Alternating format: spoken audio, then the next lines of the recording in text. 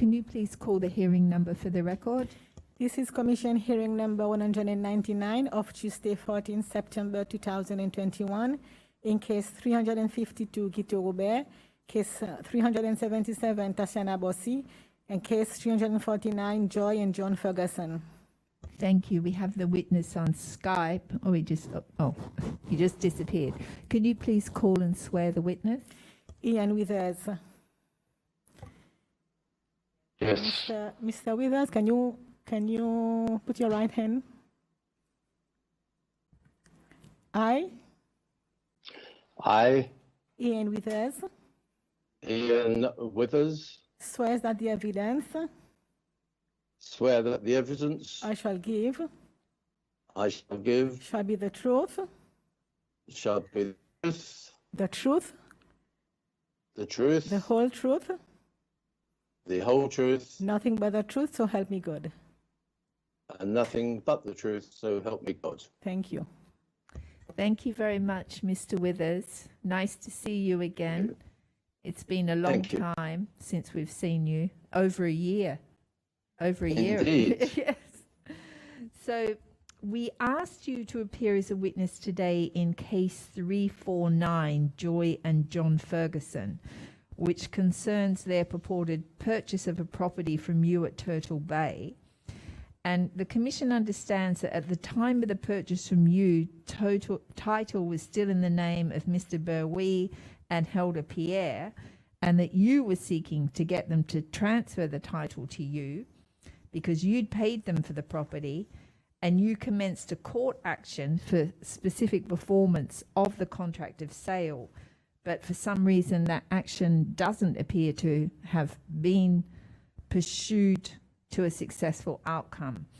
So eventually, Mr. Berwi and Mrs. Pierre went to court and they got repossession of the property because they still held title to it. And the Fergusons say they were left with nothing. So if anything you can tell us about what happened, and as I mentioned to you before we came on air, in relation to any other cases that you've heard, if you have anything that you could help the Commission with in relation to those, we would be very happy to receive that evidence from you too.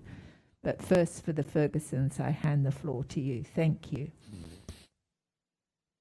Thank you. Well, very much a matter of stressing the memory, but I purchased the property from Ogilvy Berlui whilst he was Minister of Defence, and he was paid in full a combination of a cancelled payment to me from Mario Ricci on behalf of Seychelles government, and a contra account from the Minister of Defence to me, which I believe was 100,000 rupees, and I paid the balance in cash. And the purchase price, to my recollection, was 375,000 rupees, of which I believe it was 200,000 rupees for the land and property, and 175 for the fixtures and fittings, the furnishings that were in. When I took possession of the property, I spent with a local builder something over 200,000 renovating the property and securing it, putting iron bars in all the windows, building a cool room for food storage and all the rest of it. Ultimately, I took Le Pearl Noir, and because of the management of the business at Le Pearl Noir, decided to move to Le Pearl Noir and live on the upper floor there.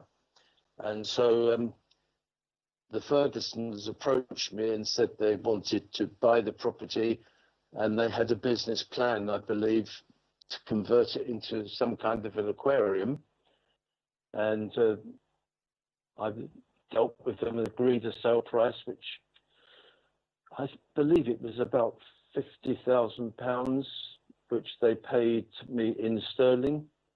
And at the same time, Ogilvy Berlui was holding up, shall we say, the transfer of the property. And it was not known to me until a draft contract was produced that his other half, Madame Helga Pierre, was in fact the owner or half owner of the property, and apparently didn't wish to sell. I think there were political opinions afoot at that time, and she was against the government, consequently against me, and she didn't want to sell the property.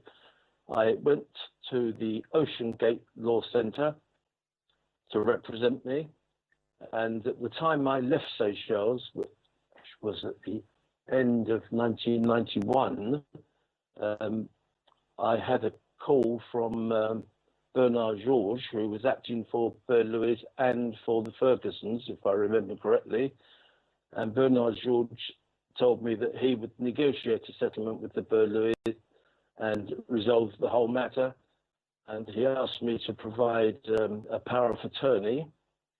And I went to my solicitor at the time in Dublin, Brophy and Company, and they dealt with a power of attorney. I notarized it, and that was sent to Bernard Georges.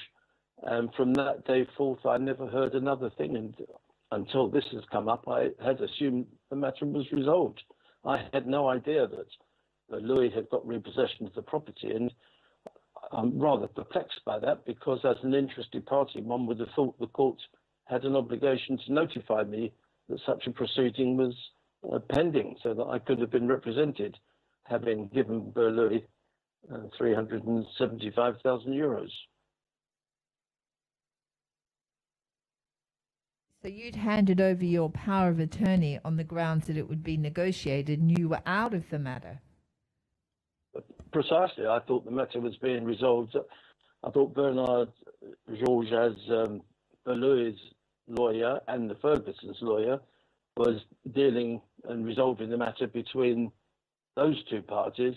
I'd already signed all the paperwork, so I paid and been paid for the property. I never heard another thing from anyone. I've never heard since 1992, I suppose, was probably the last correspondence, and I hadn't heard anything from any party.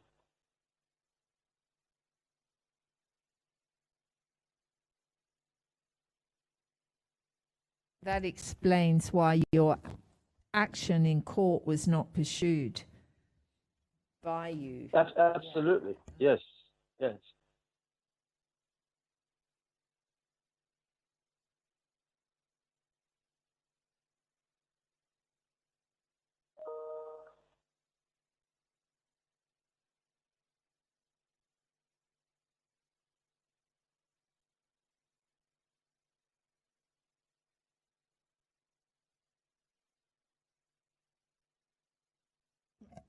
Just a bit puzzled. The Fergusons didn't get back to you at any point? No, I've never heard from the Fergusons at all. A bit strange. Or from Bernard Georges? Well, once Bernard Georges had the power of attorney, I never heard another thing from him.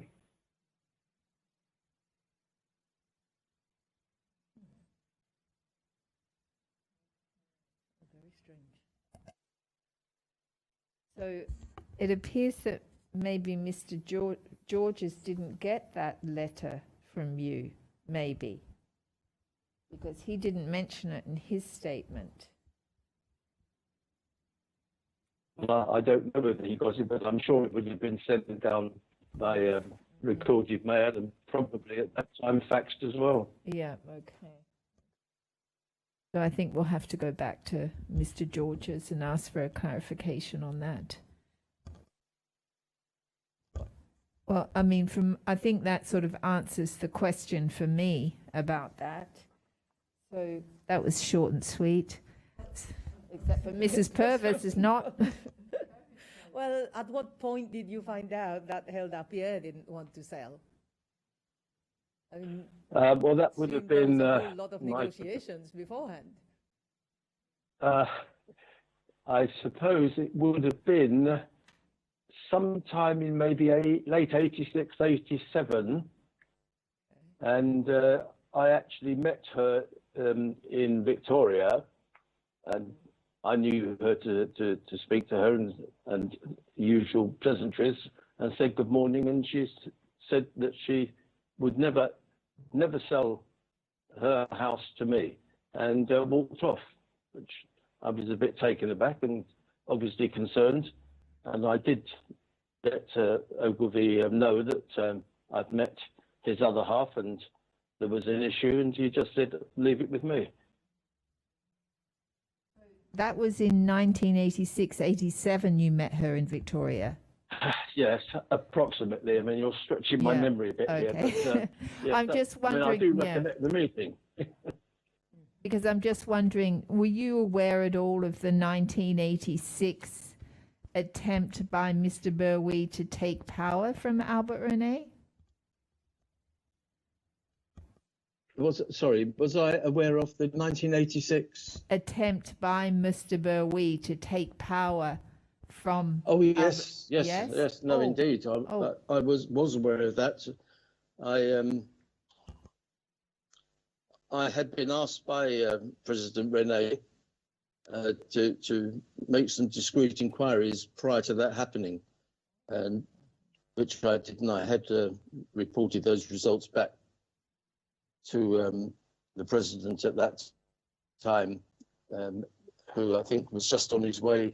I believe it was a UAE meeting, and if I remember correctly, it was in Zimbabwe, in Harare, that he was going to when this plan was supposedly going to take place. What did you discover about this plan? Well, what I discovered was basically hearsay in evidential terms, but the hearsay, of course, was in those days deemed to be intelligence, and that was that Louis, together with, I believe, 3 senior SPDF officials, were planning to take over control of the government, and Louis wanted to, or aspired to become the new president, and they'd be planning to do this while the President Rene was away in Harare. So you informed the president of this before he left on his trip? I can't recall. He asked me before he went on the trip. I think he may well have been already on the trip when I informed him, or it could have been just before. But his secretary at the time was Bernadette, and I went to the office and I spoke to Bernadette, and I didn't believe President Rene was there at that time, so he could have been on the way or gone.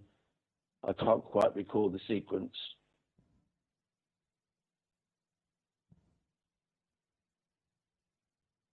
You were in Seychelles when the president came back from that trip? Yes, I would have been. Yes, I was in Seychelles from '86. Other than I did make a number of overseas trips from Seychelles. I can't recall whether I was physically there when he came back, but certainly I was living there still. Do you recall the death of Marjorie Baker? Sorry, the death of Marjorie Baker. No, not really, no. The day after Rene came back.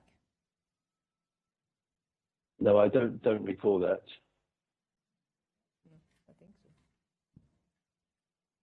Day also after.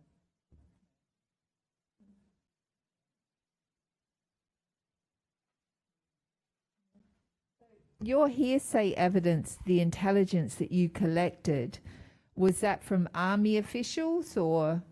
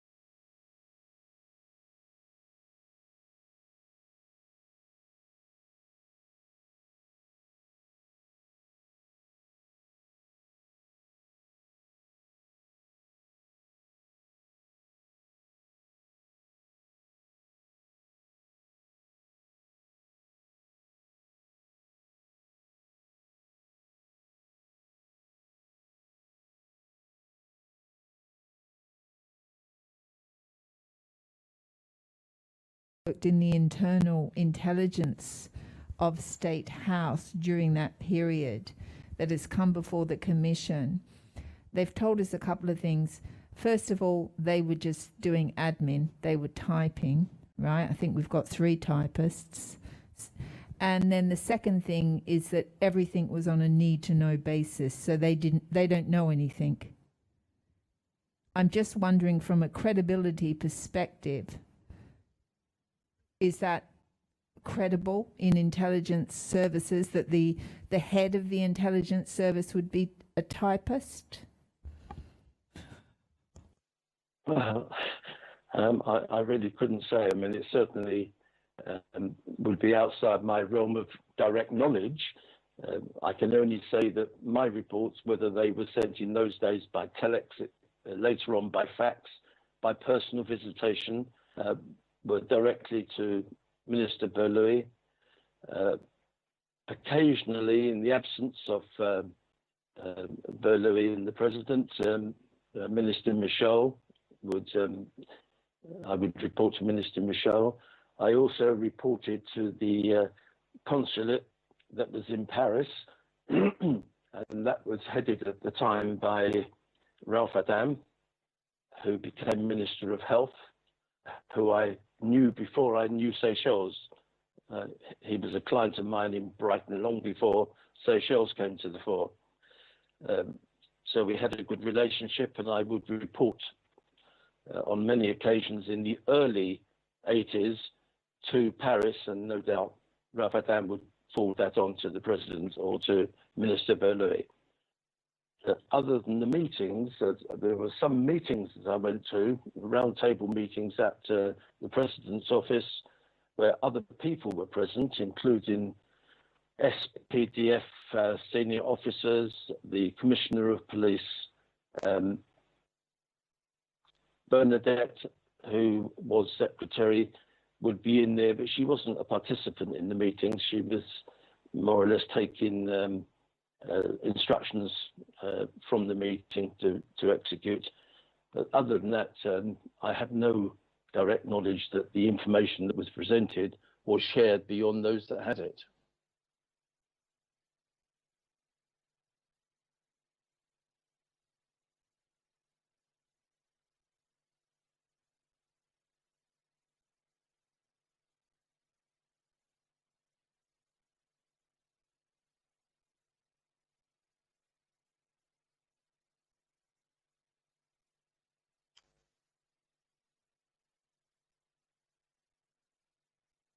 For this commission, we have so many instances of, unsolved matters that people have come and put before us. In following this commission, is there any things that you could help us with? I mean, we have to admit that people have not been forthcoming, really. Nobody remembers anything, didn't know anything, and it's only when we've been able to have a number of witnesses that were eyewitnesses and there and knew the person that we've got to get them to agree that they were involved. I mean, if you put a specific instance to me, I could probably give an answer. In general terms, it would be very hard without looking at the specific references that you refer to. I mean, I'm certainly unaware that during anything that I've listened to of anybody that has been obstructive. Maybe there's a natural defense mechanism in people, and it's easier for them to forget than it is to remember and have to account. So you were in Seychelles in 1980 or 81 to begin with? When did you first come? Well, my first visit was 1980, about mid-year. I had started working for Seychelles. The first assignment was in late 79. I was then invited to a meeting in early 1980, and it was put to me the offer to create a proposal to provide overseas intelligence gathering services on a commercial basis, which I did. That was ultimately accepted, and I was invited to Seychelles for a heavy-duty weekend, and that was the flights alone. And I went down and met the president and met Ogilvy Berlouis, and they agreed in principle, and a contract was drawn up. And I believe it was ultimately signed probably in about 81, but it was in existence from 1980, and I started work in the UK and various other locations in the world from 1980 onwards. So things that were happening internally in Seychelles, like people that had disappeared, did you know anything about Simon Janus and Mike Asher? The training? Well, I did. Yeah.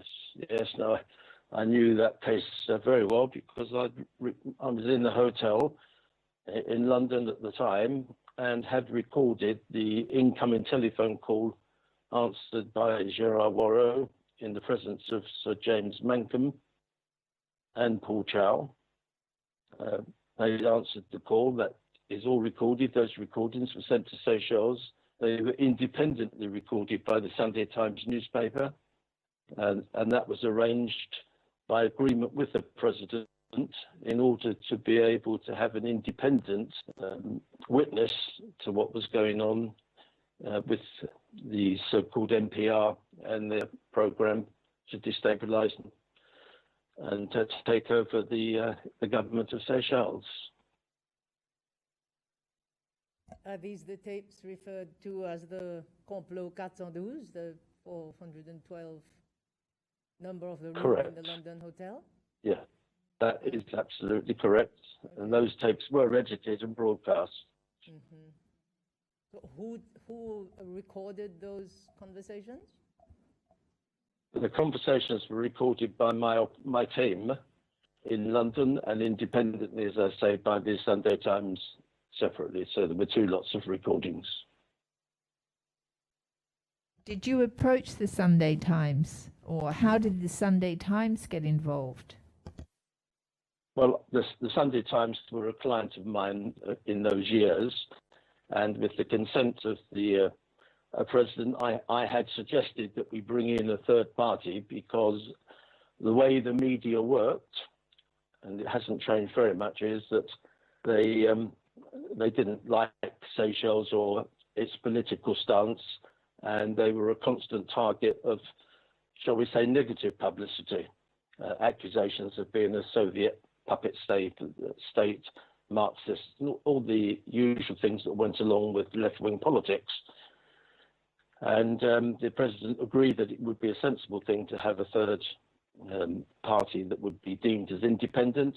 I invited the Sunday Times and they jumped at the opportunity and they set up their own recording and recorded the same things that we did on behalf of the government.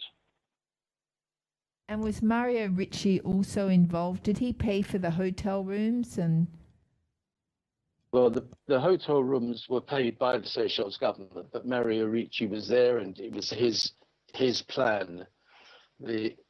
What had happened is that rumours had started, and I think they were generated in Seychelles. This was internal at the time, of course.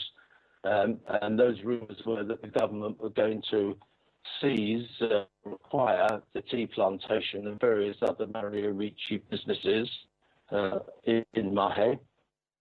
And Mario made an approach to Gerard Warreau. I directly, I'm not sure. Who lived in South Africa. And the result was that they agreed to have a meeting, Gerard Warreau and the NPR, believing that Ricci was going to switch his alliance from President Ricci, the NPR, and a new government. And they all agreed that they would meet in London. I was asked to go urgently to Seychelles. First, I came across this situation. And I went down, again, one of my long weekend jobs, and had the meeting with Louis and President Rene. and I was asked to arrange the hotel and the electronics, which was to monitor everything that went on in the hotel. And obviously the hotel had to be booked in a way that it wouldn't or couldn't be leaked or linked back to Seychelles. So I used my Jersey company, who suddenly became hotel booking agents, and we booked a conference hotel in London, 5-star, secure hotel by its own advertising. We booked the conference room. We booked rooms for Mario Ricci, for some of his staff that came with him and family. We also booked rooms for Gerard Warreau and Paul Chow. And of course, we had rooms ourselves, which became our monitoring station. And we wired up the rooms of Warreau and Paul Chow. We wired up the boardroom that they were going to have their meetings in. And when Gerard Warreau arrived from South Africa, he came directly to the hotel.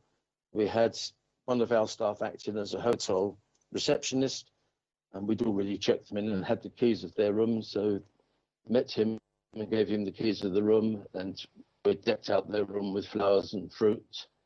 And they felt very important because they'd been met, hadn't had to check in or anything, gone straight to the room. And then we then monitored what went on in the room, which primarily was their meetings with James Mankham, various other people that came in. Eddie Camille comes to mind, a few other people. And then it was, of course, during the monitoring of this room that the telephone call came to inform them that 2 of their people had been killed in Seychelles, being Mike Asher and Simon Denous. Well, we were all shocked when we heard that, being frank about it, that the follow-on conversation, which was all recorded, was them coming to terms with that information. James Mankham was shocked as well. And they then generated a release to send out to the press, in which they were going to claim, or they did claim, that their people had been caught by the Seychelles authorities, tortured and blown up in a car. And they started phoning up, or Paul Chow started to phone newspapers to give this story. And of course, we all knew that it was totally untrue based on the phone call that they received. It was almost certainly an accidental explosion. But I wasn't there to be able to confirm that. I'm certainly not an expert on such things, but their conversations certainly indicated that was the case. The newspaper monitoring this felt so alarmed by it that they called the police, and immediately they went round to the hotel, and the reporter from the newspaper, Barry Penrose, a very famous and highly regarded journalist, knocked on their door. Of course, we could hear this from our monitoring room, and started to question them. And Sir James Mankham immediately left the room, but the police had arrived by that time and stopped them all in the foyer of the hotel, and police officers were interviewing Sir James Mankham and the others, Paul Chow, Eddie Camille, and Gerard. They were all being interviewed by the police. We cleared and left the hotel with our bits and pieces so that we weren't compromised. That's probably the best thing. And fundamentally, that's what happens. And those tapes were sent down to Seychelles in due course. And as we all know, they were edited and played to the population as a whole on Radio Seychelles. All those actual conversations were played, so the entire population knew what had actually been said, and that what the NPR were claiming was fundamentally untrue. So Mario Ricci, he was just a double agent. Absolutely, that's exactly what he was in that circumstance.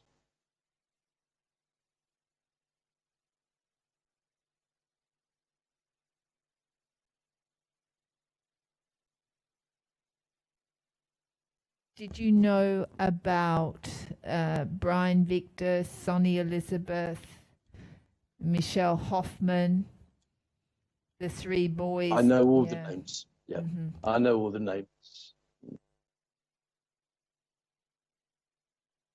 Were you aware of that supposed coup attempt? Yes, of course, I was aware of it. Any issues that cropped up, it put us on alert in the UK to watch all of our suspects in London, which was the headquarters planning and administration of the NPR, to see whether they were involved. Was there any indication that the NPR were involved in that? No, in that particular one, that they weren't. I think they were as surprised as the rest of us that this was happening. I mean, these boys were killed, right, by the armed forces. That wasn't an accident. Yes, no, I mean, this obviously was things that were going on in Seychelles at a time when we were in London, but I don't know the exact circumstances, only what I've heard with the tribunal and previous publicity.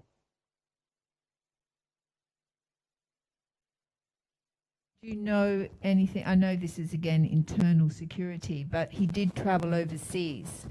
Altan Artem. Did you know anything about him? He was aligned with Yeah. NPR. Yes, our team was definitely an NPR member or participant. I never knew him personally at all, but I knew of him again by name.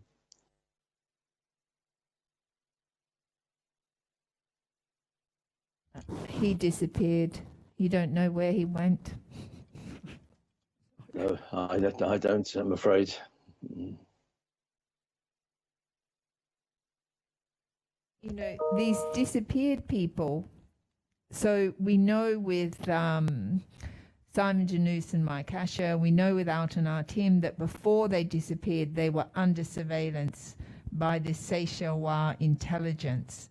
And what the intelligence persons have told us is they had them under surveillance, then they were told to stop the surveillance, and then the people were dead or disappeared. Dead or disappeared. Yes, I don't have any knowledge, I'm afraid, and I certainly haven't picked up any information so far as they were concerned.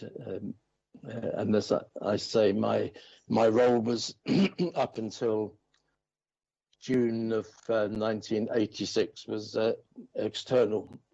Now I did place one of our agents on the island on Mahe. He'd infiltrated the NPR, and Gérard Warreau had sent him to Mahe to try and, I think the terminology used was to rally the troops, because would be about 1984, late 84, early 85, and I sent him to Seychelles. He infiltrated them in London, and then he acted as if he was an ex-mercenary from a previous life, so to speak. And Gérard Warreau found that interesting and sent him to try to rally the troops or the supporters in Seychelles to get them all organized and ready for the next attempt. The hiding of weapons or explosives or whatever they were going to stockpile. He arranged all of that, and he became quite a useful informant, but he reported directly to the president, not even to Berlouis. And his name on the island, he was O'Boyle. I believe it was Patrick O'Boyle was his cover name. And his real name was Barry Trigwell, who worked for my agency since really 1974. Is he the one that was murdered? He was No. murdered, yes. No. He was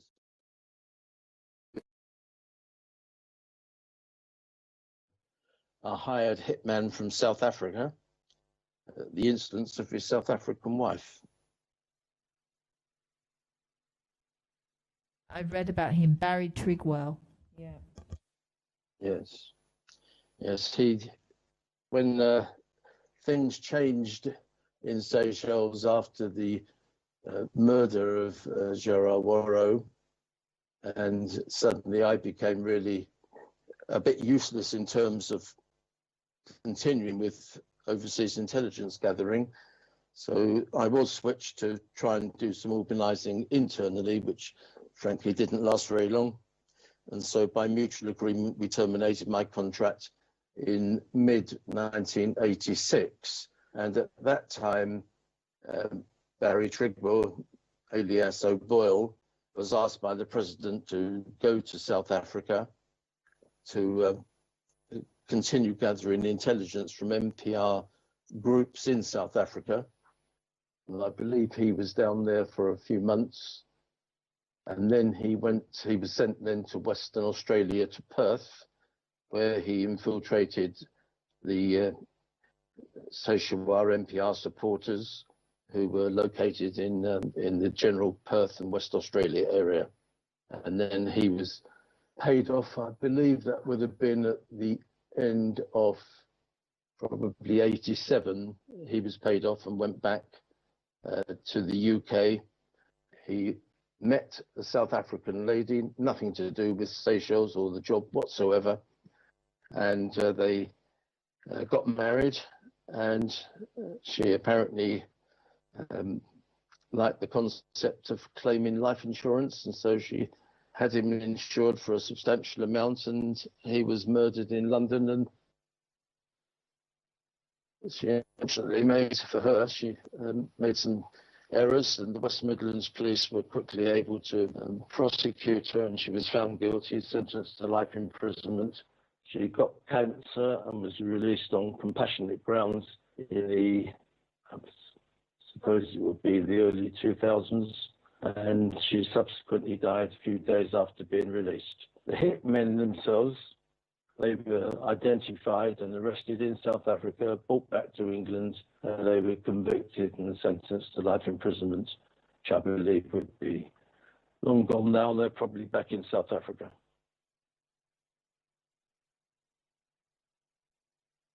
Did you ever come across the Italian, Franco Piovani, the Italian man found killed on Corana Beach, February, I think, 84, was it? February 84?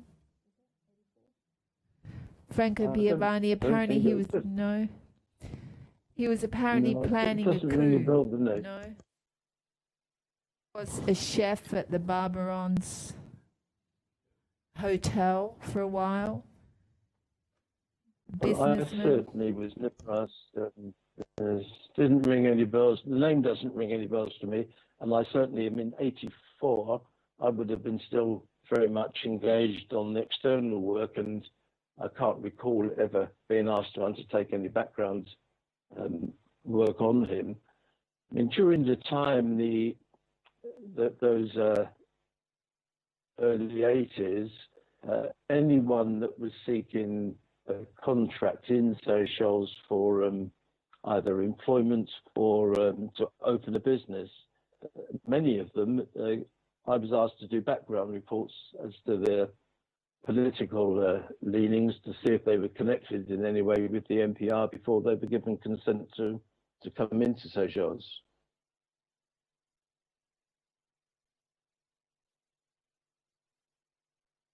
When you were doing your intelligence collecting, did you coordinate at all with any other countries' intelligence agencies? Was it anyone else a source of information about what was happening in Seychelles? We had a relationship with South Africa, with what was then the Bureau of State Security, and the infamous boss. Other than that, informally through the British Foreign Office, I kept them updated, and they were aware of what we were doing in London.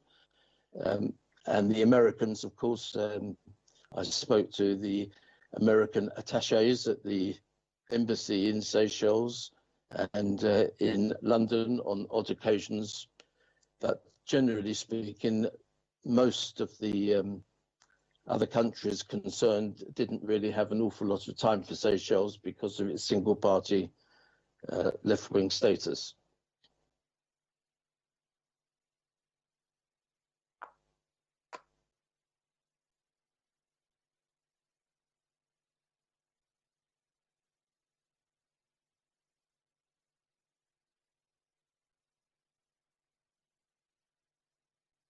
I mean, the South Africans, after the mercenary attack in 1981, the South Africans, they became more of an ally to Seychelles, to helping Seychelles with their internal security problems, or?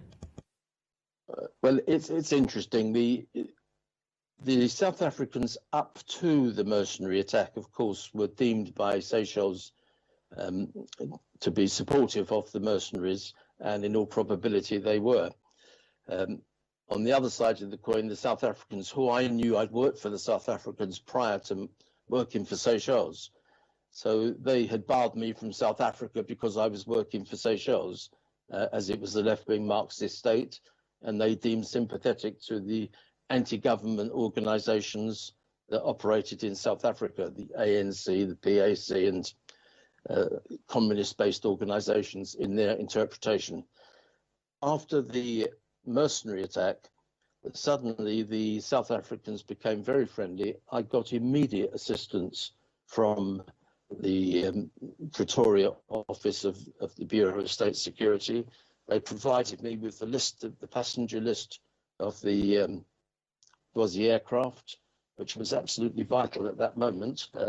They also provided ultimately a list of all the people that landed back in South Africa on the hijacked Air India aeroplane. And those two documents together enabled us to have a list of who was still on the run in Seychelles.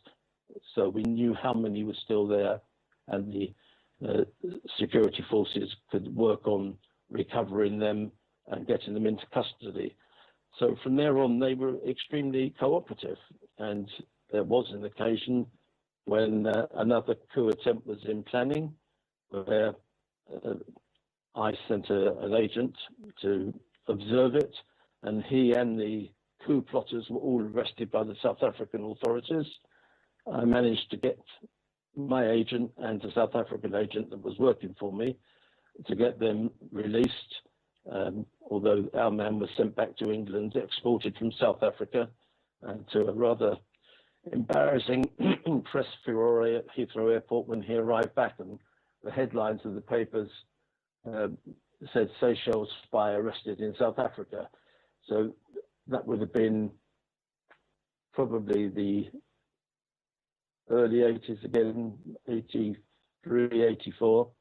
So there was cooperation there. And then just at the time or prior to the murder taking place of Gerard Warreau, I was asked by President Rene to go to South Africa to meet with an official from, I think it was the Ministry of the Interior, and that meeting was set up by the man in Boss that I'd been dealing with. His name was Major Craig Williamson, and he arranged for the meeting. I flew to South Africa. I was still a banned person, so Craig Williamson met me at what was then Jan Smuts International Airport, and got me through the security, and I was permitted into the country. I was treated like a VIP, flown around by helicopter here, there, and everywhere. Had a meeting with the minister, and in principle agreed a final payment for reparations to Seychelles Airport for I think it was $1 million US. Now, lots of people have said there was a lot more money paid out, but I was only ever aware of that 1 million, and it was referred to as a final payment, so there could have been payments before, I don't know. But I agreed $1 million, that was agreed. I went back to Seychelles, and I was then asked to invite the minister and Craig Williamson of BOSS to come as private visitors to Seychelles, which I did. And when I came back to Seychelles just before the murder of Warreau, The reason I went back at that time was to meet these private visitors due to arrive.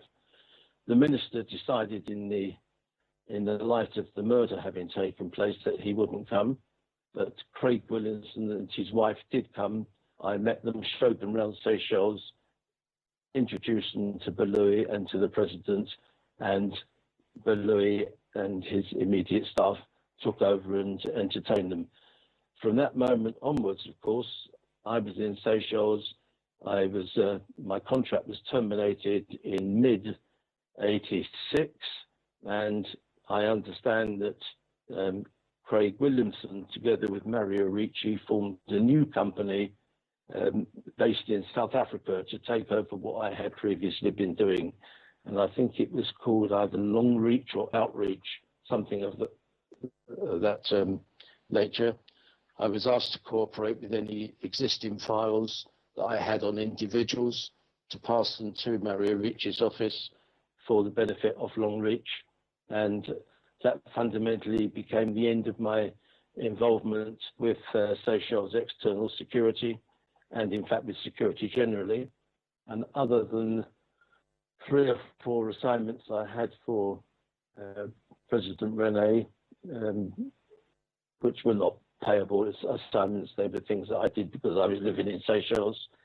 One was to go down to Kuala Lumpur, was to identify the publisher of some anti-government literature, which had been created by an NPR member. I went to Kuala Lumpur and pretexted the factory that I was the customer, paid them their bill and collected all the printing, which we brought back to Seychelles, and I think it was either amended and distributed or destroyed. I really don't know.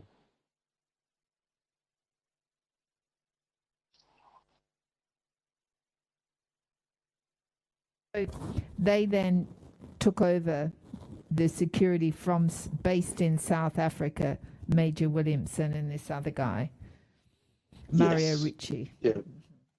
Well, Mario Ricci, of course, he started to move out of Seychelles towards the end of '85, and he had business interests in South Africa. And during '86, he moved lock, stock and barrel, his family, to live in South Africa. And in 1986, we've heard evidence that there was Seychellois organizing a coup, and they were getting training in British military camps. And they showed us a photo of them all in these uniforms, looking very smart. And they had some British people that were part of their outfit. Were you aware of them in the UK? That group with Cyril Loughty, Bernard Rocombo, Mr. what was his name? Joubert? David Joubert. Yes, I know David Joubert. Of course, he was a long-term customer of ours during our London operations. No, I wasn't directly aware of that going on. I was aware of the publicity that accompanied it, but I had no knowledge of the time. It was really, if I remember rightly, that was after I had ceased to function in the UK as a result of the murder of Gerard, which made it impossible for me to be able to function.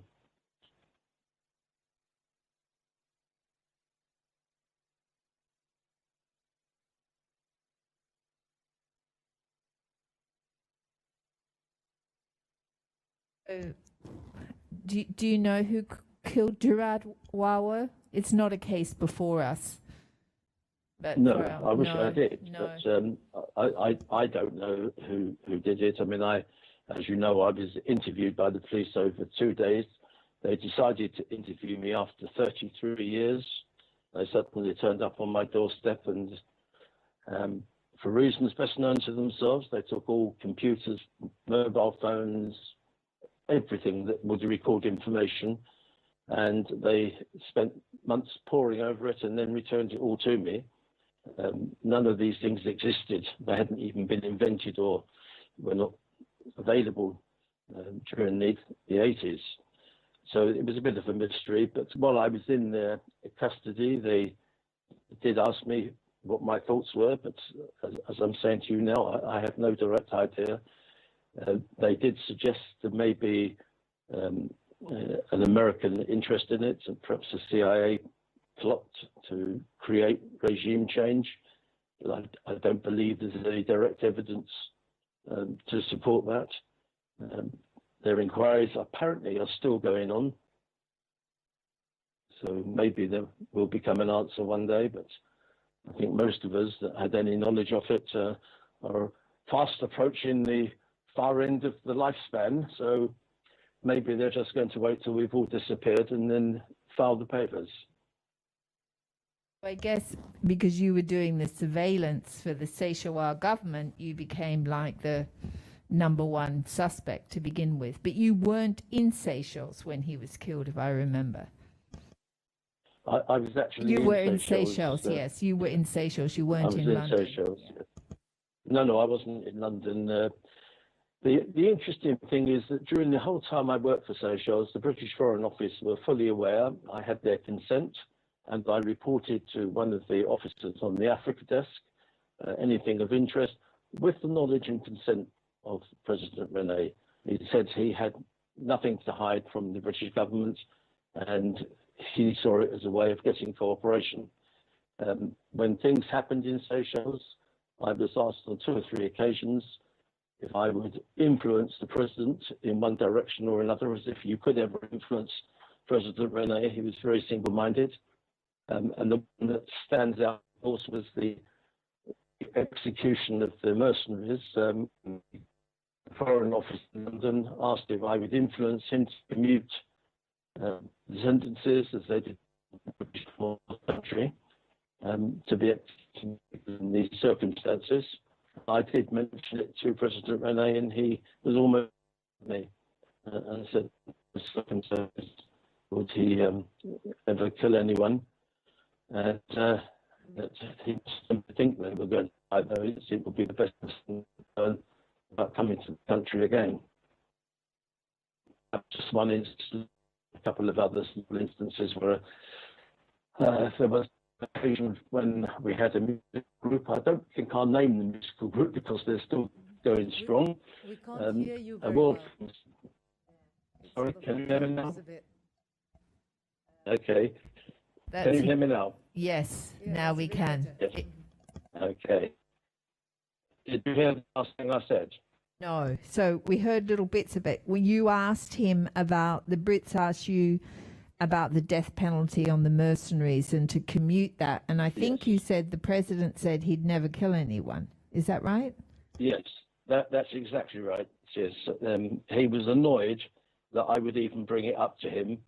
But I did tell him that the Foreign Office had expressed their concerns, and he assured me that he would not be killing anyone, that whatever people might think of him, he was a man of religion, i.e. believed in God, and that they would think that they were going to be executed, as that would be a lesson for them not to come back to Seychelles ever again. There was another occasion when I was asked if I would influence Seychelles, and that was over a musical group, famous musical group that came to Seychelles to perform over a week, and they were caught having brought in some drugs with them, and one of us found at a hotel distributing drugs to local followers of the band, and was arrested and was going to be prosecuted. And I was asked if I would influence the government to perhaps export him, i.e. ban him from the country rather than prosecute him, as this would create a lot of unfortunate publicity. I did so, and he was kicked out the country on the flight back to London a few days later. Was that? Sorry, I missed it. Which group was that? Well, I'm not sure that I should mention it because they are still a working group. Okay. Okay. You don't want to impugn their reputation. Well, you could say that one has to be a little cautious when sitting in the privilege of this situation.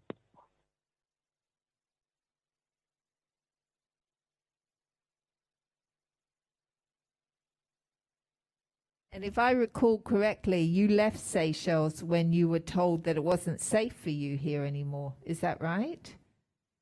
Yes, I was called to the president's office and literally given basically 48 hours to get my family out because we were all deemed to be at risk. So I got my wife out and I left a few months later. I managed to stick it out to try and recover some assets and to sell the businesses that I had there. It was very messy and a very unfortunate way to go. And of course, I wrote off an awful lot in assets and left the country on December the 1st of 1991. Was it people? Who did he say was a threat to you? The people, or? It was the NPR. What had happened, the government had elected, as I was told, to permit democracy to restart and to hold elections. And on that basis, members of the NPR, no matter who they were or what they had done or were alleged to have done, were to be permitted to return. And indeed, they started to return to set up political parties to fight an election. And when they came in, at that time, they seemed to believe, quite erroneously, that I was responsible either for killing General Moreau or for having had some involvement in his death, which was just not the case. And they came back and I was deemed to be at risk from retribution from NPR members.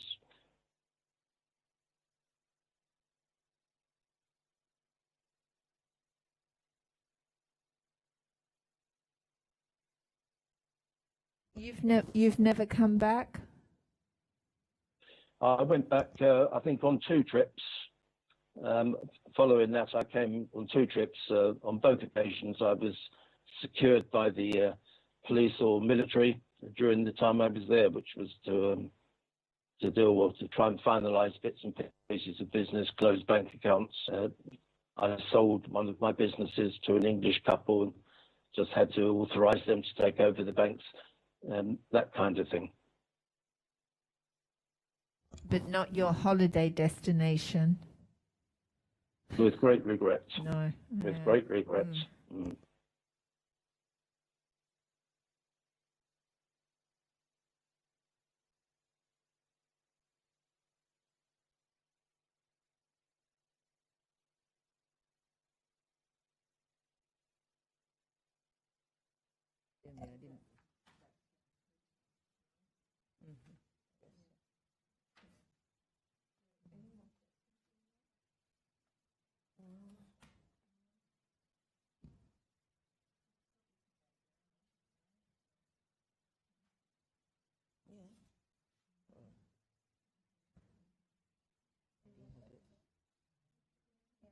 So thank you very much, Mr. Withers.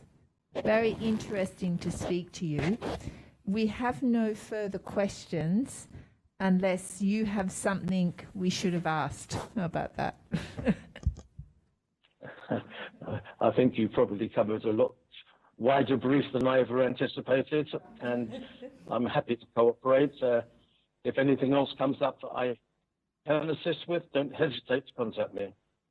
Thank you very much. We really appreciate it. We really appreciate your cooperation. I think you could come back to Seychelles now for a nice holiday. No? Yes? My Seychelles colleagues. I'm sure you'd be very welcome. Yes, things have changed. Thank you very much.